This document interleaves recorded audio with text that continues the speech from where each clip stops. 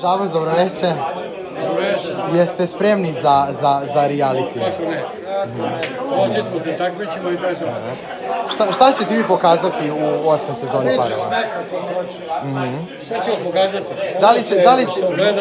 Gledalci očekuju te 90. godine. Mi smo proživjeli te 90. O tome se i dan danas priča i piše, pa hoće li biti nekih tajni koje do sada nisu otkrivene? Vjerojatno da bi opravdali te naše druge koje nažalost nisu živi, ali mi smo tu da to ispričamo, tu pravu istinu o tim ljudima. Kako je sve funkcionisalo?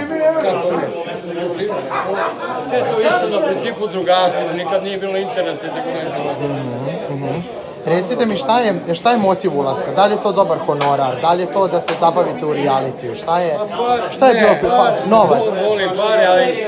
Jel može od realitija da se zaradi? Kažu, vidim da svi kupuju stanove, kuće, kola. Mi nešto sve imamo. Znači da se opravamo i u ovom realitiju. Cijelo život nam je neka proba, zapad.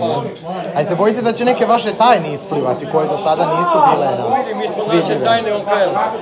Naše tajne smo okrajali cijelo malo vreme, da se i mi opustimo. A o kome ćete pričati iz 90-ih? O kojim imenima? Koga ćete onako spominjati? Ajde ostavimo to za reality. Znači da sačekamo da počne pa da vidimo kako će funkcionisati.